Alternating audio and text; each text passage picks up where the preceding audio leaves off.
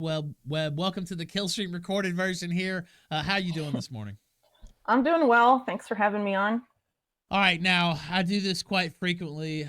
Viewers will notice this is the thing that I always do. Basically, tell people your background and how you got not just here on this stream. We know how that happened. Me and you know how that happened, but like how did you get a profile online, etc.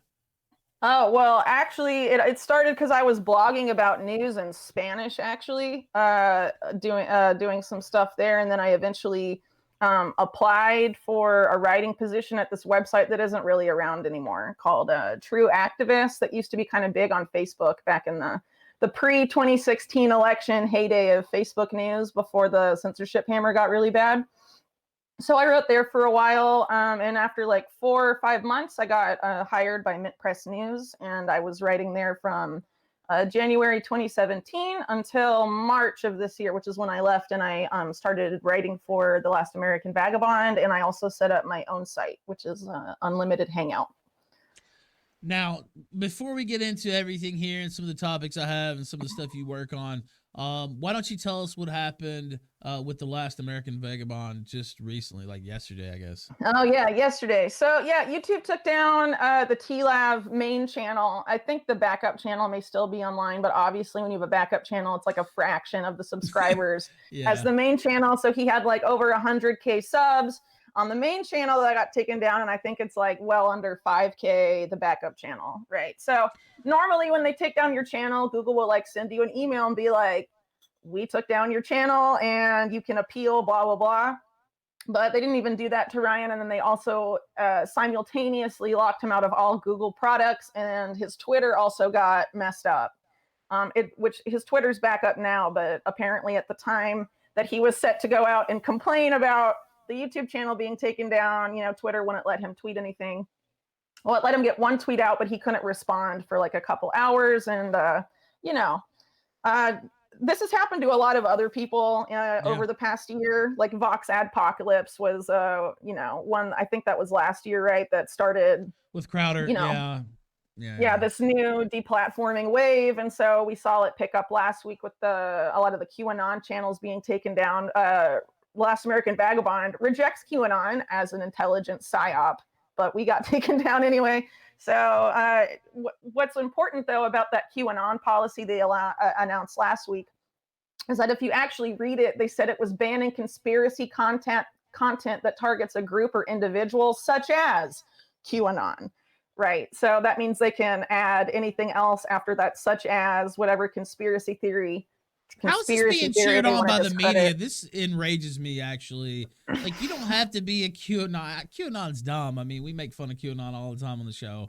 And we even Yeah. have a few QAnon people who call in and try to defend it or whatever, and we laugh, and it is what it is.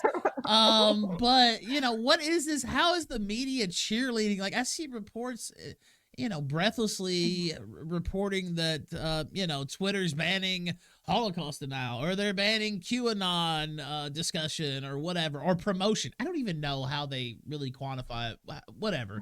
But this is being like heralded as a great thing. Yeah. Isn't Yeah. that scary? I mean, no matter what issue they're talking Well, about. it's Yeah. because mainstream media, we're competition for them, and we, hold their feet to the fire over their bullshit all the time. And so, they want to control the narrative again. Back like a decade ago, independent media was not nearly as influential as it became, especially around the 2016 election and in the years since. Despite the censorship, they want to consolidate control over the narrative again and regain the influence that mainstream media used to hold, over the American and global public, really. And so, people like me and Ryan and a lot of other people that have been censored, over the past year or so, and people that are still around, have been basically taking a lot of their market away for them. And mainstream, like, trust among the public and the mainstream media has just like been cratering for years, right? So like the only way they can even really maintain a viewership is through these censorship tactics, by trying to get in bed with the tech companies that do the censoring, right? So that's why you have like the Washington Post all like tied up with Amazon, a major Silicon Valley company that also contracts for the CIA and the military, the intelligence community, and all this stuff. I mean, you see all that mixed together with a lot of the mainstream media outlets, and we're competition for them, and they're threatened by us, and this is why they do this. Yeah, I can't remember who wrote the editorial. I want to say it was in the New York Times, but I can't be sure. It was a few years ago, probably. I read this editorial. Basically, the whole theory of it was that Web 2.0 was a mistake, and we needed to reinstitute the gatekeeper role of the media and the Yeah. elites, basically, and that letting this, they openly said this in the article. I wish I could remember who wrote it. But they literally said that this was, a detriment to our entire society, and we need to Hmm. roll this back. And then they started going through the ways to roll it back. Of course, censorship, etc., deleting channels.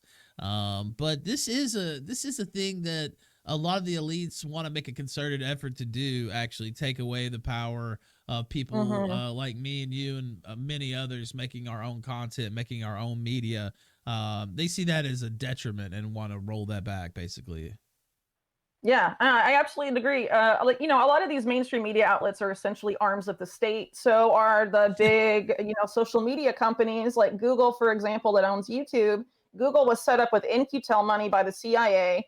They're contractors to the U.S. government, the military, the intelligence community. So obviously, if you say something bad about what they're doing, they'll be like, maybe you shouldn't be getting, racking up thousands of views on YouTube. Right before the Last American Vagabond channel got taken down, we published an article that I wrote about how Google was actually contracted by this Operation Warp Speed thing for the COVID-19 vaccine. And that basically what Google is going to do is that everyone that gets that vaccine is going to have their physiology monitored continuously and their location surveilled continuously by Google for 24 months after they get the vaccine, to make sure everyone gets all of the doses, because they're saying it's going to be multiple doses, and to see if you have any adverse health effects, basically like make everyone a guinea pig that gets this thing, and that Google's going to be involved, right? And so because of Google's past with helping the NSA spy on everyone through Prism and all of this stuff, I wrote an article pointing out how that's bullshit, and then they take us off of YouTube like Well, two they days keep later. trying to make me download an app. They're like, well, download this app to see if you've been exposed to COVID. This is approved by the Virginia state government or some shit like that. And it sends me an Yeah. alert to download. I'm like, nah, I don't Hmm. think so. I'm good. And it's contact tracing or whatever the fuck they call it. I'm like, Yeah, well, nah, I'm it's in good. your operating system for Android and Apple. Right. They Yeah. say you can turn it on involuntarily, whatever, but we know how that really works with these dudes. So Yeah. Well, I whatever, would agree with leave that. the I would say leave your slave tracker at home if you're gonna go Now, out and get a burner phone when you're out and about. That's what I do. that is a good advice, actually. Now you know what? I was gonna get into Epstein first, but I'm gonna do COVID now since it came up. Um, how has COVID impacted your life? How about that? I'll do a Larry King style question here. What's the biggest way Uh, COVID-19 has impacted your life? it's given me a lot less patience to deal with people who buy the narrative hook, line, and sinker here in Chile, where I live, who, mean mug the shit out of me for not wearing a mask and stuff like that. And I'm just, I don't really have patience for that shit anymore. But in general, like, I can only really talk about in Chile because that's where I live, right? And Sure. I write about how COVID has like impacted the States and other places. But I mean, in Chile, it sucked because it's been really authoritarian. You have to keep in mind that Chile was there was a CIA imposed dictatorship here for a long time, the Pinochet dictatorship that Right. ended in 1990. But basically, the democratic government that followed that, both the presidents on the left and the right, have essentially followed that same agenda that Pinochet started and advanced. It's actually advanced more, a lot of people argue, since he left power and democracy came to Chile, right? So basically, as soon as this crisis showed itself, the current government in Chile, which has been under a lot of pressure because of a lot of protests last year that were very big and violent, immediately imposed a curfew that's been in place since March. They closed all the borders, and they basically started restricting movement between like counties and communities. So like if I want to go to the town next door, I can't. I have to like show my papers if I want to go to the town next door Wow. and buy shit that's like not in my town. Yeah, and what they did is that they've created this like 5-phase program, and they can arbitrarily put communities at any level of lockdown, the super extreme lockdown or less extreme lockdowns, whenever they want, based on the numbers. And it just came out that the health minister, well, the most recent one, because he had to resign, he admitted he was manipulating. He straight up admitted he was manipulating the statistics. He's like, yeah, I just like, didn't make the numbers what they officially were, and that he just played around with them. And then nothing happened to him. Even the opposition parties were like, we'll give him another chance and all this bullshit. It's like the Yeah, dumbest shit ever. Seems to be a fireable offense for the health minister, I would have to say, fudging the numbers. Well, I mean, they do this in the UK and the US. I mean, they like True. game the numbers too, Right, but like true. they don't get called out like that. This guy was straight up like, yeah, I did it, and like nothing happened to him. So like they know it's like full of shit. But what sucks is that arbitrarily they put the town next to me, where I have a lot of friends, under the most intense lockdown, and you can't even leave your house without showing papers or getting like police permission. I mean, it's really out of control. So like you have to go on the online web portal for the federal police, and you have to say why you're leaving and fill in all the information on where you're going. You have to carry the little paper with you, and they ask you for your ID card or driver's license or whatever, and your special paper permiso to like go out and leave your home. I have a friend who has a toddler, and she's like a playground in front of her house. It's like a 30-second walk from there, and the police like showed up after 2 minutes and like harassed the shit out of her and made her go home. Dude, like, people are taking.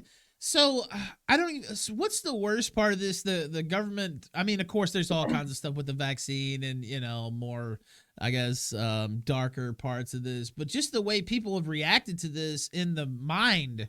Some people seem to have snapped. I don't know if you've seen a lot of that. You mentioned that seems like an example of it right there. But some people are really scared, unreasonably afraid of COVID and are reacting in that manner. You know what I mean? Like striking out at people who you don't take it seriously enough. You must be a psychopath, murderer or something. Yeah. I mean, I've gotten that here from people who are like, "Oh, you don't wear a mask, so you're a science denier." And I'm like, well, actually, the science shows that 99% of people who contract this shit survive it. So who's overreacting here? Well, that's my thing. Yeah, like I mean, the mask thing. I wear the mask just because I don't want to hear shit. Like, and it's such a thing now. I just wear the mask when I sit down and say, "Yeah, it's like leave me alone." All right, I got the mask on. When I sit down, and I think it's like this most places in the U.S. If you sit down at your table, you can take it off or whatever. And then, so I just don't go as many places, basically, is what it is. And when I go out, I'll wear it, so they'll leave me alone. I'll sit down and take it off. But some people are really crazed about this mask thing. And like you said, the disease is just not that deadly. If you're infirm, if you're ill, or, you have an autoimmune disease or something like that, I can understand maybe being on edge about COVID. But other than that, you really, I don't know. It's just some people just seem to be. You got to think back to like 9/11 and how people were after 9/11 and how scared people were, and like, oh, anyone could be a terrorist and all this shit. It's right? that so same it's like kind of mindset. mentality. It is. Yeah. It is. I'm glad you mentioned that. Now, somebody, since you mentioned Chile, somebody on Twitter wanted me to ask you about this, and I think this is from yesterday. A church on fire in Chile. Churches set ablaze as Chile protests turned violent. You mentioned the protest a little bit already from last year. I guess this was marking the anniversary of a protest movement. This is according to Al Jazeera, by the way. A protest movement that broke out last year demanding greater equality in Chile. A week before Chileans vote in a referendum on whether to replace the dictatorship-era constitution.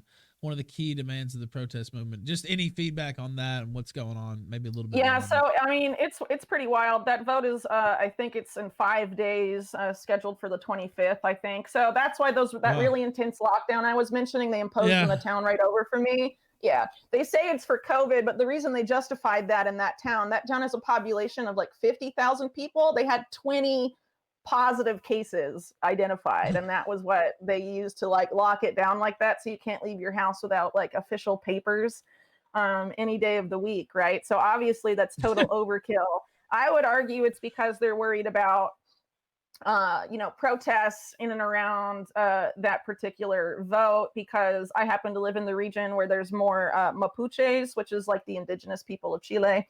Their largest concentration as a population is in Santiago, which is the capital of Chile, and then in La Araucanía, which is the region I live in. And so, they've been locking down several communities here right before the vote, acting like it's because of the numbers that they openly have admitted to manipulating. So, it's a really contentious vote because it is about whether to replace and update the existing constitution. And the guy that wrote that constitution for Chile, who was, I think, U.S. educated, had ties to, the Kissinger crowd in the U.S., whatever, he was like murdered by a mob, I'm pretty sure, in the early 90s and shit. So like he's not, it's not a really popular document, but of course it's been sort of, they've really funneled a lot of this shit going on in Chile the same way they've tried to do in the US with like the police reform protests and all of that stuff, trying to like really ignore the core issue of like, is this actually a good constitution? Would it be worth updating it, and making it a contentious left-right issue? You're a communist, you're a fascist, when like it could just be a simple discussion of, does this constitution still work for the country? Should we make additions to it? Things like that. Instead, they've like funneled it into the left-right thing. To the red team, blue team. Yeah. Right. And it's no coincidence, because since Pinochet was installed in 1973 by Kissinger and the CIA and all of that stuff, they have openly been a lab for basically the power elite of the US to test shit out here, mainly in the economic sphere. So like all the neoliberal, I mean, Chile was like the laboratory for neoliberalism that they like exported, elsewhere. They've also done it for social purposes as well, like social experimentation and things like that, social cultural engineering and whatever. So, I mean, it's really not surprising that you're seeing the same shit going down in the US when they've been doing that here in Chile for a while, seeing how they can really game both sides, because they have a much more controlled media sphere here than in the US. Like we were just talking about how independent media has a lot more influence in the US now than it did even a few years ago. I mean, in Chile, it's like state TV, and then you have CNN in Spanish, right? And like, there's 2 more news channels basically, and they're like oligarch owned also. So like, it's some bullshit. So you don't really have a lot of diversity. So it's very easy to cement a media narrative and make everyone believe it. So. Thank you for the background there on Chile. All right, now let me ask you this question: do you remember the first time you ever heard the name Jeffrey Epstein?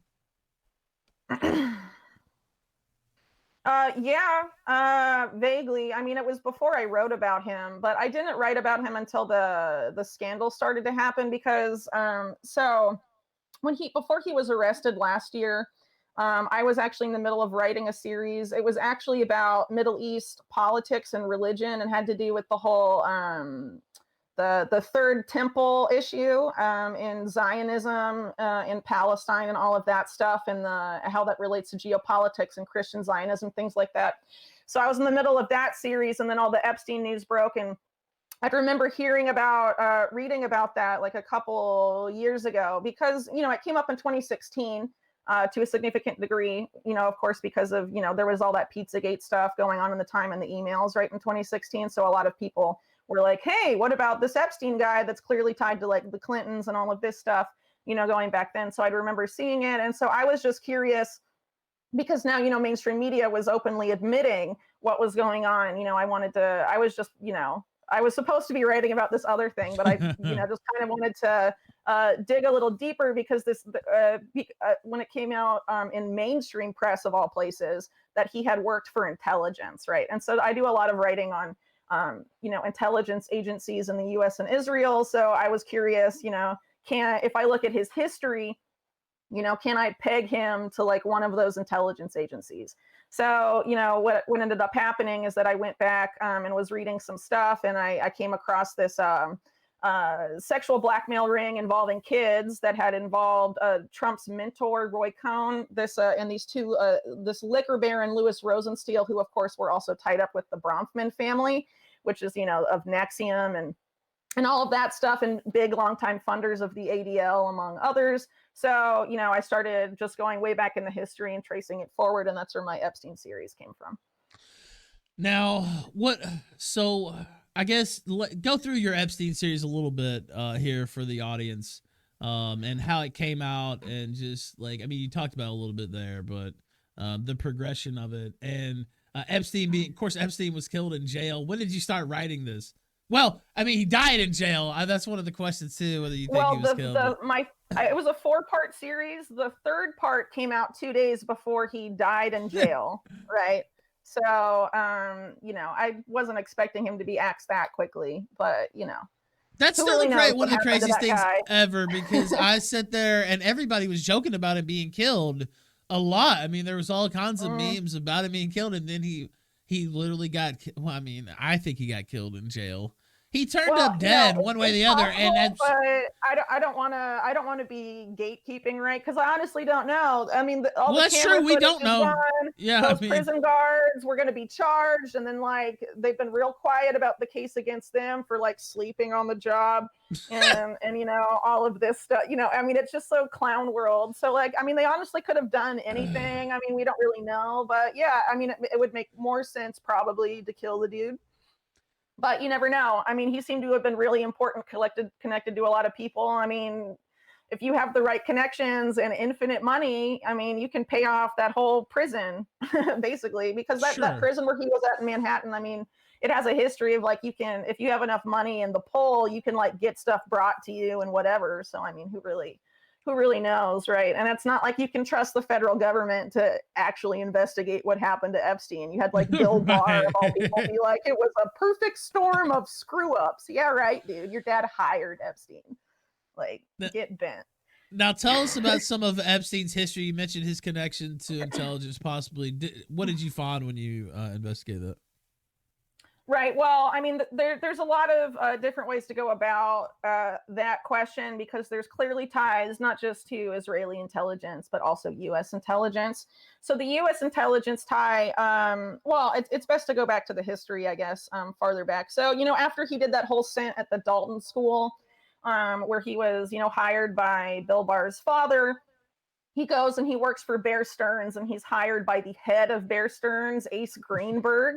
And the Greenberg was like, yeah, I hired Epstein because he was so great tutoring my kids in math that I want to put him in charge of, major investment banking portfolios with no experience, and he doesn't have a college degree. Yeah, that's what I was going to say. Let's roll for it. He doesn't even have a degree. I just wanted to point that out for everybody who doesn't know. He didn't even have the qualifications at all to teach anyway. Yeah. Go ahead, yeah. Right. Well, that's why it's important that Bill Barr's father is the person that hired him. That's strange. Okay? Because at that time, Bill Barr was working at the CIA as a legal counsel, and he was involved in stonewalling the church committee that was supposed to investigate the CIA in the 70s. So Bill Barr was already working at the CIA when his father hired Epstein.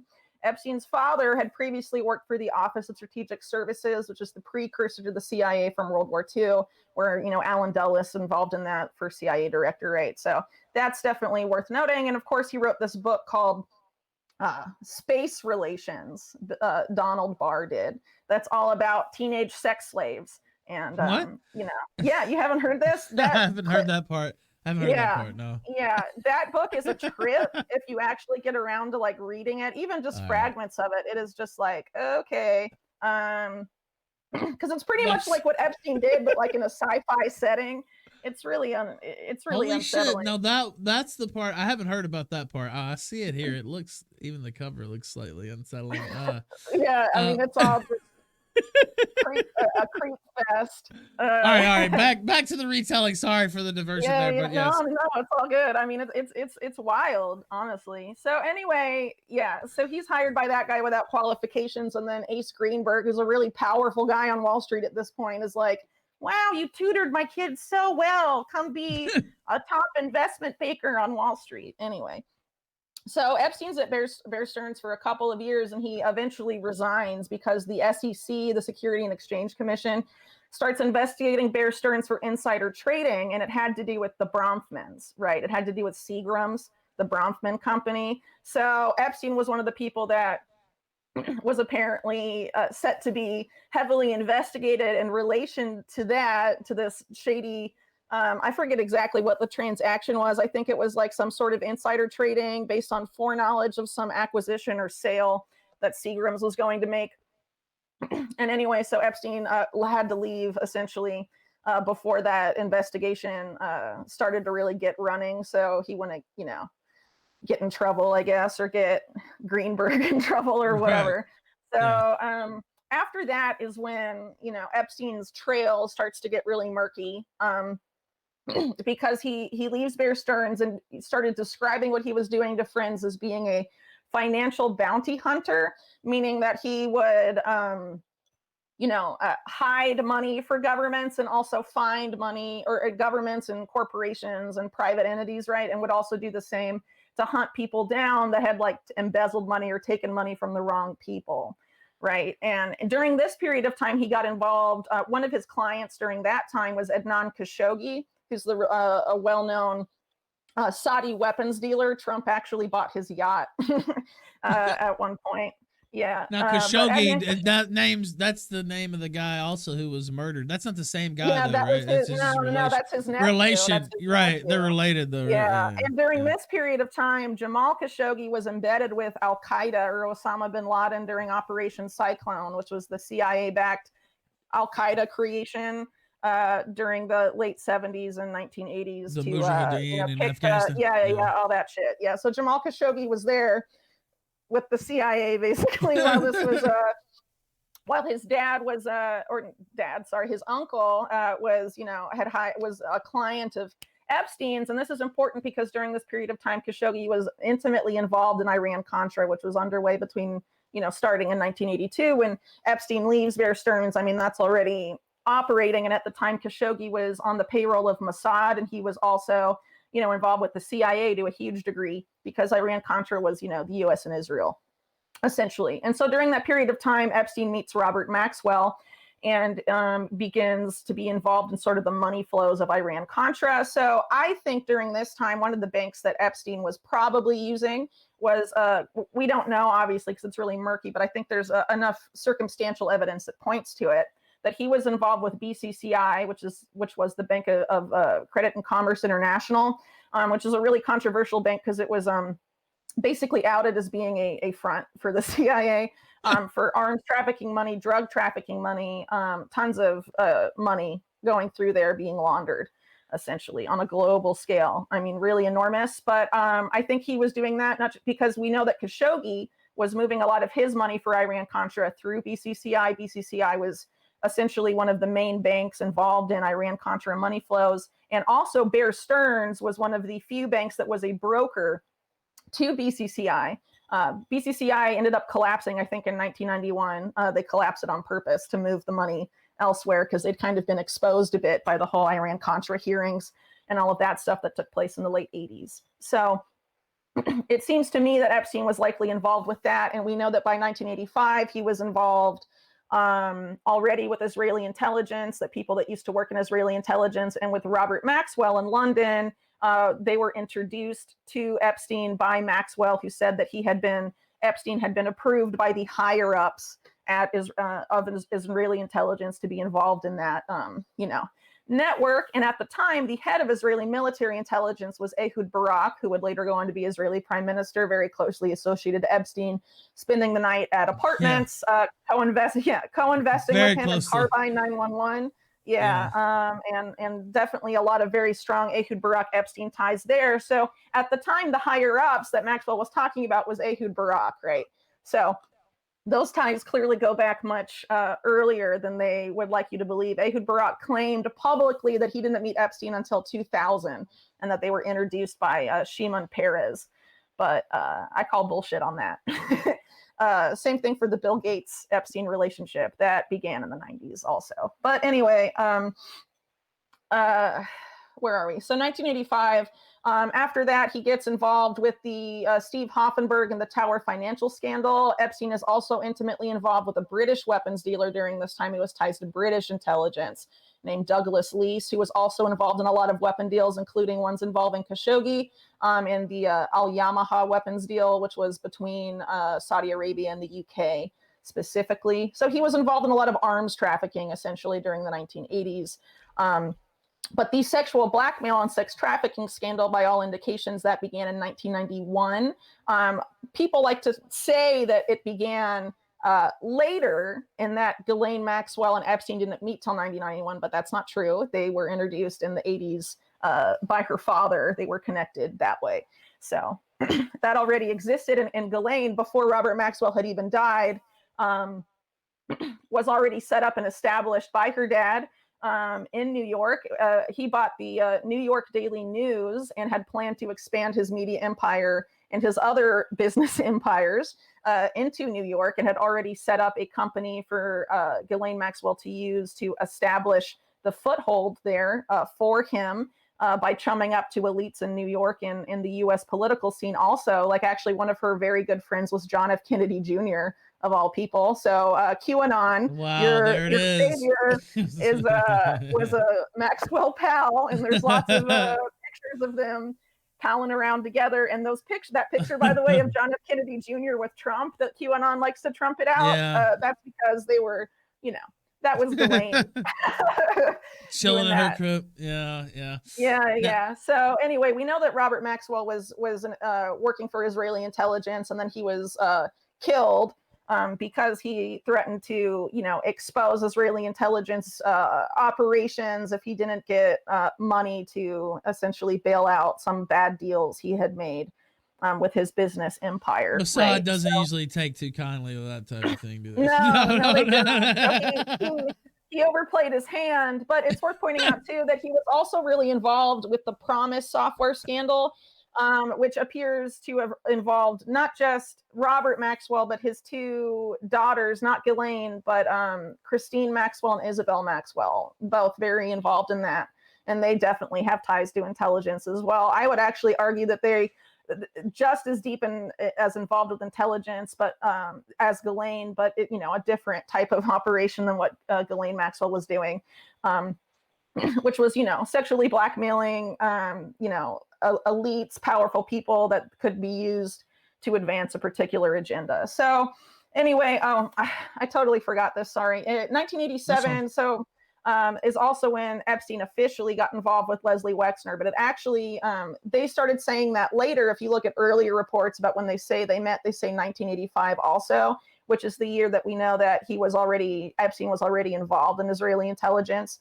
And it's also the year that Leslie Wexner's tax attorney got shot in the face in broad daylight because he was going to be investigated by the IRS, I believe. And then that's when Wexner hires Epstein to fix his tangled finances, right? Right after this, Arthur Shapiro is the author's name, or was the lawyer's name. He got just shot up straight in the face, and it was never solved, his death. But the police report came out like 15 years later by accident, and basically said Leslie Wexner is tied to the mob, to organized crime. And so a lot of what my series points out is that the particular mob faction, which is an outgrowth of the Jewish American mob led by Meyer Lansky, had gotten embedded with intelligence, the CIA specifically, and also later Mossad with the creation of the State of Israel. But going back during World War II was when that tie between U.S. intelligence and that particular crime syndicate were forged in something called Operation Underworld, which is where the OSS, where Donald Barr worked, and all of these people, right, had forged in alliance with the Italian American mob and the Jewish American mob, which at that time were like together and known as the National Crime Syndicate. And a lot happened, between them, but they both got in ties with intelligence. You had the Italian American mob side running Operation Gladio. For the CIA, you had the Jewish American mob involved in things like the Kennedy assassination. If you read Michael Collins Piper, right, Final Judgment, you will know that, right, and things like that. So there's a lot of ties between organized crime and intelligence in the U.S. historically, specifically after the 1940s, but it existed a little bit before, apparently, because they also sexually blackmailed the crud out of J. Edgar Hoover, who was the head of the FBI for a really long time. So, I'm kind of jumping all over the place, but this is sort of like, an and they talk overview about of, the Operation Underworld has been dramatized in movies and stuff too. Like this is a well-known thing. People could look that up too. But yeah, go ahead. Mhm. No, it's fine. I'm glad. Jump around. I'm fine with that. Yeah. Well, I mean, it is kind of a big story, right? I mean, you have to talk Yeah. about this guy who was clearly an operative, his career history, and the most ignored parts of it. So anyway, the sexual blackmail operation began in 1991. That was when, before then, Leslie Wexner and Epstein were very involved in money laundering through real estate in New York and Manhattan. I would argue this is where a lot of the Epstein-Trump relationship comes from, because Trump was also very involved in that very shady, murky world of New York real estate. And this is why all the earliest media reports of Jeffrey Epstein call him a property developer. They don't call him a billionaire or a hedge fund manager. They call him a property developer. And that's because he was all involved with real estate shit. So anyway, they had all these different properties. Leslie Wexner would buy them and bug them out with like these pinhole cameras and all of this stuff. This ended up being reported even in the New York Times in 1995 when Epstein was living in that New York mansion that Wexner had that he gave to him for $1, and he had like bugged out with all this stuff, right? So that's where a lot of this op was taking place within New York. But they had a lot of different places. They had apartments. Epstein's brother got set up with another shady real estate company that really needs to be investigated. That mansion, real quick, that mansion, is that the one he had at the end? The same mansion? Mm-hmm. Now that's like I think that's like the largest apartment in New York City. Yeah. Largest private residence or something like that in New York City. I didn't realize that he only purchased it for $1 from Wexner, though. I didn't know that part of it. Wexner gave it to him. Well, yeah, excuse me. You legally have to have the sale be for $1. It can't be for $0. It would have been for $0, right? Yeah. And that's because Epstein was a front for a lot of stuff Wexner was doing, essentially. And that's why Epstein victims like Maria Farmer call Wexner the head of the snake. And it just shows you the mainstream media cowardice, their unwillingness to challenge Wexner and his ties to Epstein. They just, by his, stupid. And Wexner also so stupid. I'm an old man and he deceived me and he stole from me, but he won't provide any evidence that Epstein stole from him. Actually, the evidence shows the complete opposite. So that's funny. But, right, Wexner, for those who don't know, owned Victoria's Secret, Abercrombie and Fitch. I think he's the richest guy. He's the richest guy in Ohio.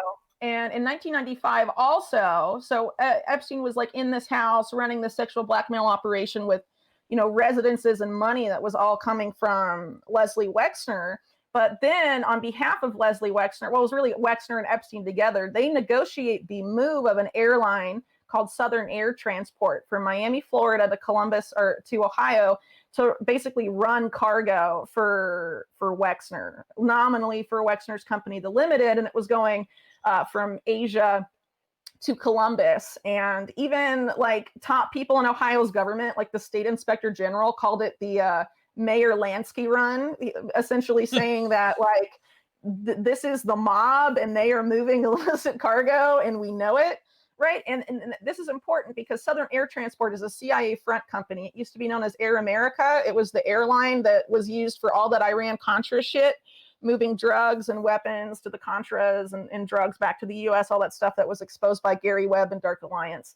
The airline there was Southern Air Transport. And so that's the airline that Wexner and Epstein seek out to move to Columbus while they're doing this sex trafficking and all of this other stuff, moving things, these flights between Asia and the U.S. And it's worth pointing out that Epstein didn't just traffic people for sex. There was also labor trafficking that was going on. His residences were full of Filipino maids who told other Epstein victims or ex-employees of Epstein that they had been stolen and then brought there to basically work as maid slaves for Epstein, Maxwell, and probably a lot of other people in that circuit that were tied up with Epstein, like, these big hedge fund managers on Wall Street, like Leon Black and the Dubins and people like that. I mean, so that aspect of the Epstein scandal, the trafficking aspect, has really been under investigated. But I mean, they had a CIA airline, everyone knew what it was, and just a bunch of other crazy stuff going on there. So a lot of my series mainly focuses on things that were going on through that period of time. The book I'm writing on Epstein really stops at 2003. Because a lot of other people, there's a lot of people that write about Epstein, have written about Epstein. A lot of them focus on the court cases, his first arrest, what happened between his first arrest and that. So I'm just trying to sort of explore a lot of the history. And that's what my series was about doing, giving context. But then I did some spin-offs about what Epstein was doing after he sort of got outed and his sexual blackmail operation fell apart. And that has to do with Silicon Valley, the merging of the U.S. and Israeli national security states into what I call a binational security state, which is all about getting these big tech companies that I already sort of mentioned earlier have ties to the CIA, a lot of them, getting them seated with people from Israel's NSA equivalent, which is Unit 8200, and sort of bringing those giant tech behemoths together by the U.S. intelligence national security state that backs those companies, sort of forging a permanent alliance with them in Israel's equivalent. So now, what do you think, to follow up on Epstein a little bit too? We're going to talk about big tech some too in the second half of this, but following up on Epstein. So this guy obviously was shady as fuck. I mean, we could talk about him for like, I don't know, 3 days straight and probably still not cover all the shady shit he was involved in. But how come his card was pulled in the first place, right? If he's so connected, how did this guy get charged in Florida with his crimes? How did this stuff start to, bite him in the ass after he's been, sexually blackmailing people as a business, basically for intelligence agencies for a while, or at least as their agent, or I don't know, contractor. I'm not sure how you would classify his role exactly, but. Well, that's a kind of complex question, but from what I understand, it has to do with the fact that there were like local investigators or people that were still like not totally bought out, in the first one, it taking place in sort of like the Palm Beach, police department and all of that. And that it was really like, they couldn't keep it like under wraps really. And so it all started to come out, but it didn't totally come out with his first arrest, right? He ended up being charged for like soliciting. There was no trafficking charge. There was no like sexual blackmail element, no admission of the ties to intelligence, things like that. It was like, oh, he solicited sex from a minor once, and that was the charge, and it just kind of stayed there. So obviously to me that screams of damage control. They had to do something to like sort of quell, the people that were in positions of power locally and unhappy with what was going on. And from what I understand from the Farmer sisters who were involved, or who were tipped off that Epstein was going to be arrested last year before he was arrested, it was because there were people in NYPD following the change of some statutes that insisted that Epstein be, taken down. So you essentially have to try and, what they tried to do is, control the narrative, do damage control the best way they could. A little harder this time because they had to admit more, because there was more evidence that had come out about what was really going on. Court cases that had civil litigations between, people like Virginia Roberts and Ghislaine Maxwell that had already been dragging on for years. So there was like a lot of things they couldn't really keep, in the closet anymore, so to speak. And so they attempted to craft the narrative that, oh, this was just one sick billionaire. It was only Epstein. He was a bad guy, but it's okay because now he's dead and you can all forget about it. And despite the fact that he was hanging with everybody and presidents and everything else. Right. But I'm talking about the mainstream narrative, right? Right. Yeah. I know. Sure. It's obviously full of shit, but I argue that's why they tried to do, they had to eventually arrest Ghislaine Maxwell, because the hole in that narrative is, well, if it was just him, why is Ghislaine Maxwell, still on the loose when she was obviously like very clearly a co-conspirator there? So in order to like they had to do damage control so they can like memory hole this crap, right? They had to pick her up. Yeah, they couldn't memory hole it with Ghislaine Maxwell free because it was too obvious, in my opinion. Right, it just looks, it's like a sore thumb sticking out. There's like, oh, she's still walking around free. How's that even possible? Yeah. Right, and she was in the U.S. the whole time, like they didn't know she was there. Such bullshit. Like, the NSA wasn't listening to her every conversation. I don't know. Not only that, if you read the indictment of the charges against her, they admit that she sexually assaulted and raped minors, and they don't charge her for that. They're like, we're going to charge you for soliciting minors to cross state lines for the purpose of sex acts. but we're not going to charge you for being a pedophile. That to me just screams that this is another like damage control arrest for them. And because they want to memory hole this, they want this to go away, because it clearly, you start to unravel the Epstein case, you start to unravel the power structure of the US, which is like a cesspool of criminals, intelligence criminals and professional criminals working together to fuck everyone over. So obviously they don't want all that coming out. So, we're just seeing the continuation of damage control, because if people remember back after Epstein was off or whatever, and the outrage, most of the outrage over that was just funneled into Epstein didn't kill himself memes, and like just stayed there, right? There wasn't, any like meaningful public like manifestations or outrage to like affect change after that. It was just like, meme it up, and it kind of stayed there. But what didn't go away was people kept asking, where is Ghislaine Maxwell? Why hasn't anything happened to her? And so I argue, they had to memory hole it. They have to make honestly, it look like this was something. still kind of a big win for them, though. Don't you have to say, though? Like they brazenly killed Epstein. It's clear how dirty this guy is, and they got away with it, right? Like, I mean, like you said, it really hasn't. Nothing's unraveled really as far as the network. Prince Andrew, nobody's brought him in. A lot of these big fish. Well, they're that trying we know to keep a lid on it, and they keep wanting to give the impression the FBI does that they're going to do something about it, right? They're like, oh, like a couple months ago, we're still investigating. Like, we're going to interview Prince Andrew, and they it didn't happen. Sure. You know what I mean? So like, they're just going to keep like stringing people along. But you have to remember, the FBI, the first person to report Epstein and Maxwell for sex trafficking and pedophilia to the FBI, it happened in 1996, and they didn't do anything. Right now. Yeah, Bill Clinton also tight with Epstein. So was Donald Trump. What would you say about their relationships to Epstein, respectively? Well, okay, so going back to Iran-Contra, right? Bill Clinton was also one of these people involved in that, not necessarily in the aspect of that operation that Epstein was, right? But he was, governor of Arkansas. A lot of the Iran-Contra flights were going in and out of Mena, Arkansas. So like, he was definitely in that murky intelligence-linked world to an extent. But apparently there were concerns among the Israeli power establishment that Bill Clinton, because he was, on the left, a Democrat, would, try and at least publicly push Israel to reach some sort of peace agreement with Palestine, and things like that. And so they didn't want that. And this is coming from Ari Ben Menashe, who is a former Israeli intelligence operative that was involved in some of the stuff that they wanted.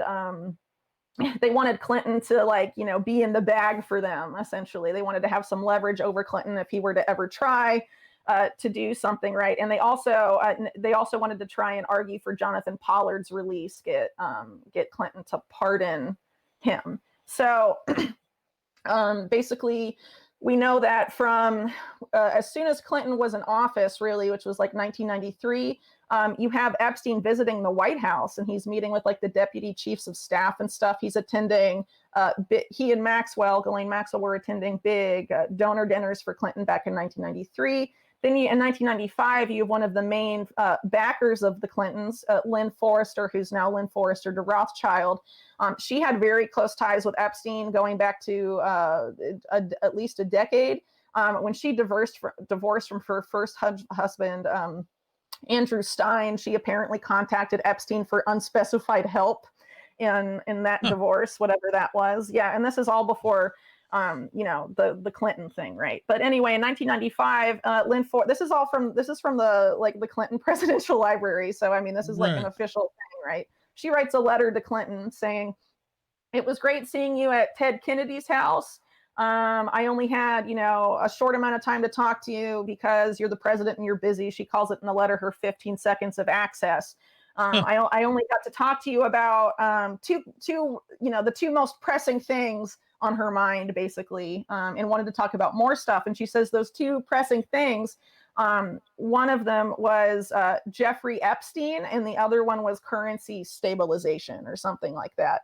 So pretty wild that in 1995, you have one of Clinton's most influential donors saying that, like, oh, I had to prioritize all the stuff I need to talk to you about. And the first thing on that list was Epstein.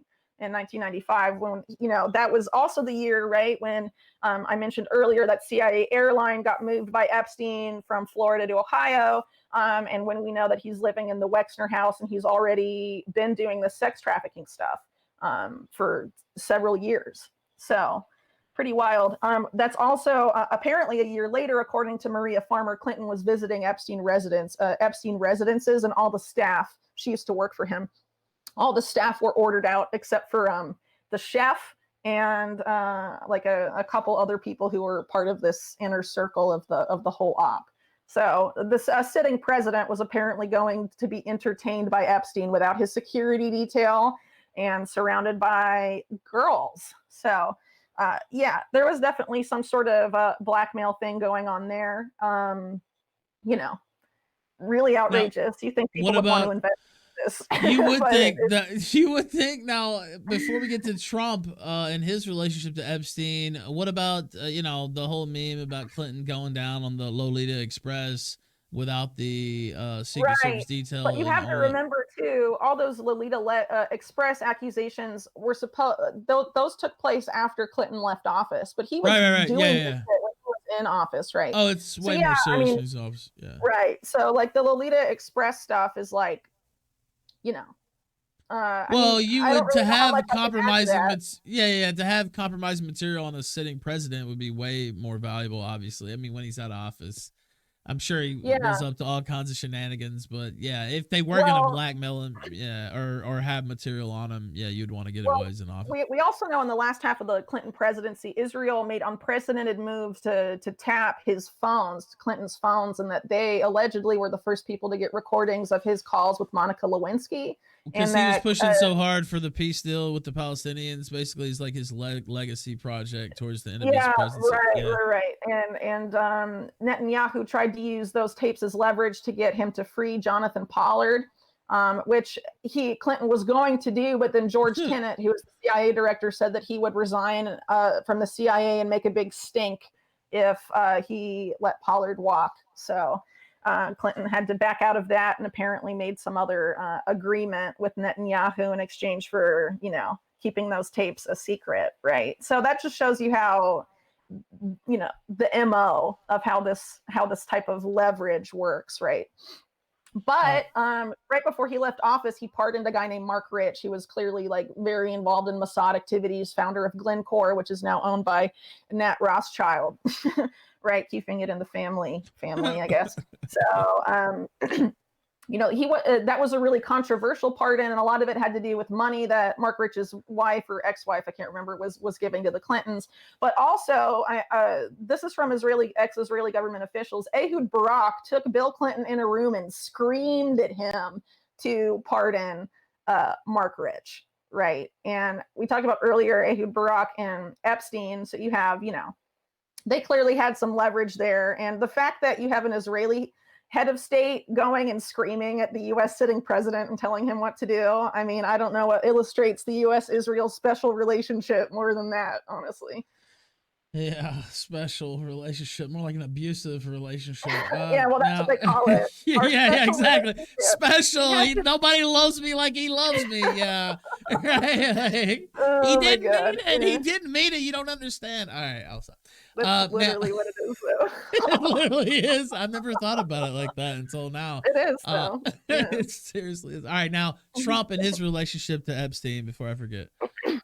Right. So, this one, I haven't unpacked as much as I would like. I have a lot of research I have yet to go through because, like I was saying earlier, a lot of it Sure. goes back to what was going on in the These 1980s. are big And this questions, real estate. obviously, too, that I'm just Yeah. like, well, just tell us about Trump and Epstein. Yeah, I mean, Yeah. so Well, I'm writing a book on this stuff, right? So I'm sure. just getting to the part about this in the 1980s where a lot of this stuff is going on. In my Right. opinion, a lot of it goes back to what I was saying earlier about how Wexner and Epstein were very involved in very shady real estate deals and were basically, real estate market kingpins in the 1980s in Manhattan. Obviously, that is a world where Trump was intimately involved, and he got involved with Epstein in 1987.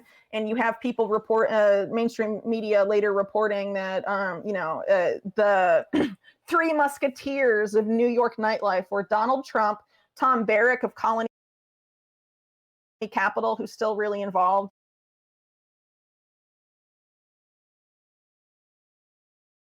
Okay, hold on a sec. My headset actually just got fucking taken over by my phone.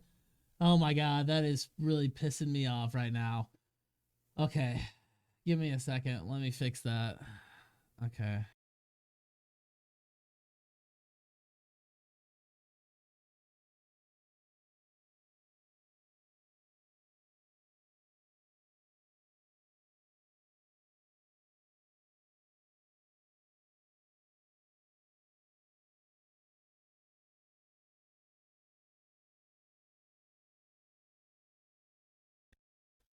Okay. All right. I should be back now. Everything should be good. Fucking headset. Thank you, Bluetooth. I love Bluetooth technology. If I've ever mentioned that. Let's continue. In my opinion, a lot of it goes back to what I was saying earlier about how Wexner and Epstein were very involved in very shady real estate deals and were basically, real estate market kingpins in the 1980s in Manhattan. Obviously, that is a world where Trump was intimately involved, and he got involved with Epstein in 1987, and you have people report, mainstream media later reporting that, the three musketeers of New York nightlife were Donald Trump, Tom Barrack of Colony Capital, who's still really involved with Trump to an extent, and is one of these, was also tied up with Epstein. And then the third one was Jeffrey Epstein. The three of them would prowl New York nightclubs together and party it up, right? And it's worth pointing out too, another intelligence-linked sexual blackmail operation was operated by Trump's mentor, Roy Cohn, who died, I think, also in 1987. It may have been 1986. I'm a little wary on the numbers. So, you definitely have Trump in that world of sexual blackmail. AIDS too, by the way, I believe. Right.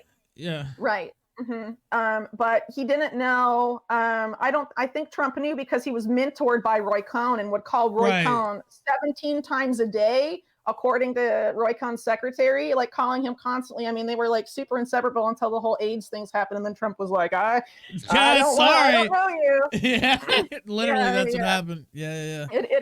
Yeah. But, I don't think Trump was entrapped really by Epstein because he knew how that stuff worked, or he was at least part of the group that was, or Trump's basically mobbed up, right? I mean, he's been working with the mob. I mean, I hate to put it that way about the sitting president, but true though, right? Like he's been working with the mob. That's how, if you're in New York real estate or construction in New York, you can't really not be involved with the mob. You know what I mean? So like he was definitely in that world. And we were talking about earlier, right? Intelligence and the mob really came together. And in Manhattan real estate, you see the Jewish American mob that's tied up with intelligence that I was already sort of talking about, that I call it, they've been referred to as the mega group more recently, right? By the Wall Street Journal in the late 90s, reported that term. But they, I think a lot of those Epstein, Trump ties really go back to then. And then you see like years later, right, their falling out that they have is also about a shady real estate transaction about a house that Epstein wanted to buy. And then he was showing Trump about it and asking him advice related to, how the shady real estate money laundering deals work. And Trump ended up swiping that and taking it from Epstein, the one Epstein wanted to buy. And then they, went back and forth, getting back at each other apparently. And that's how that relationship fell through. But it wasn't because, like QAnon people like to say, because, he caught him doing something bad at Mar-a-Lago. And was like, you're a bad man. You can't come here anymore. I mean, that's like just such cartoonish Trump crap. famously known for his, moralistic quandary. Yeah, exactly. Like he's going to come in. He doesn't give a shit. What did they say? He fucked over Epstein on a real estate deal, and Epstein was pissed, and then tried to apparently tried to do something at Mar-a-Lago with a girl to make Trump look bad, and then Trump got pissed and was like, yeah, get out of here, Yeah, it was more like that. So I think a lot of it has to do with the whole, organized crime, real estate, money laundering shit going on, and there's a lot of involvement with the Israeli and U.S. power establishment in that world. And that's why you see someone like the Kushners, who are also a real estate family in that same area, also really involved with Israel and things like that. Jared Kushner's prominent role in the White House, I think points to that to an extent, right? Tight with Netanyahu too, I believe. Netanyahu Yeah, mentioned Netanyahu sleeps over at the Kushner's house right. and slept in Yeah, Jared Kushner's Netanyahu. bed. That's so normal, right? Take on just a quick take on Netanyahu before I ask you the last Epstein question. I know that that's off the wall, kind of, but not really because No, it it's is not. the. I think Uh, Netanyahu is a genocidal, crazy fascist. I yes. mean, yeah. Well, you just have to look at the Likud party, dude. Oh, The guy that founded I'd that was rather Menachem not, but Begin, who yeah. was previously it was the Heyrut party before it became Likud, right? Menachem Begin was so awful that even Albert Einstein and like a bunch of Jewish Americans wrote an op-ed together in the New York Times saying, do not even let Menachem Begin enter the United States. He is a dangerous terrorist and a fascist. Okay, so that's the guy, Menachem Begin, who becomes prime minister of Israel later in the 70s, creates Likud, which has been the dominant party in Israeli politics ever since, right? Like not that long ago, the Jewish American community said, get this guy the fuck out of here. Don't even let him in, right? And now what do we have? We have Netanyahu getting standing ovations from the US Congress and blackmailing sitting presidents. And, that's the kind of guy that's in And power right somehow now. he keeps Netanyahu holding on to office, man. I mean, I guess I shouldn't be that mystified as to how he keeps doing it, but No, I mean that it's guy has no qualms with like taking you out if he can, yeah. I mean, I shouldn't be so surprised, but he's every like time I sturdier think, than a lot of people, in I politics. would say the dirtiest player in the game might be Benjamin Netanyahu. I don't know. It might be. It's amazing. Like every time I sit there, I'm somewhat in awe, honestly, because I keep thinking, he's had his back against the wall. So I mean, quote unquote, supposedly had his back against the wall, and Yeah, all these indictments hanging over his head. Yeah, he can't. He had to have like 3 elections last year, I think, something like that. They just can't. You can't get rid of the guy though. And he looks nah. pretty spry. He might be around for a while too. That's the Well, thing. I don't. who got him in power the first time? It was really Ronald Lauder of Estee Lauder, who was also Really? very involved with Trump in that same real estate. Well, yeah, he bankrolled Netanyahu's first campaign. He connected the political operative for the Republicans originally, Arthur Finkelstein, to the Netanyahu campaign, and he's credited with Netanyahu's upset win, and all of that was bankrolled by Ronald Lauder. Ronald Lauder and Netanyahu had a falling out later, more recently. But it's I mean that's how it started. I mean Netanyahu was funded into the Israeli prime ministership by groups, an oligarch, an American oligarch like Ronald Lauder, who is tied up with that same Jewish American mob. He was also, his family and his parents and he were also really good friends with Roy Cohn, the sexual blackmailer for the CIA.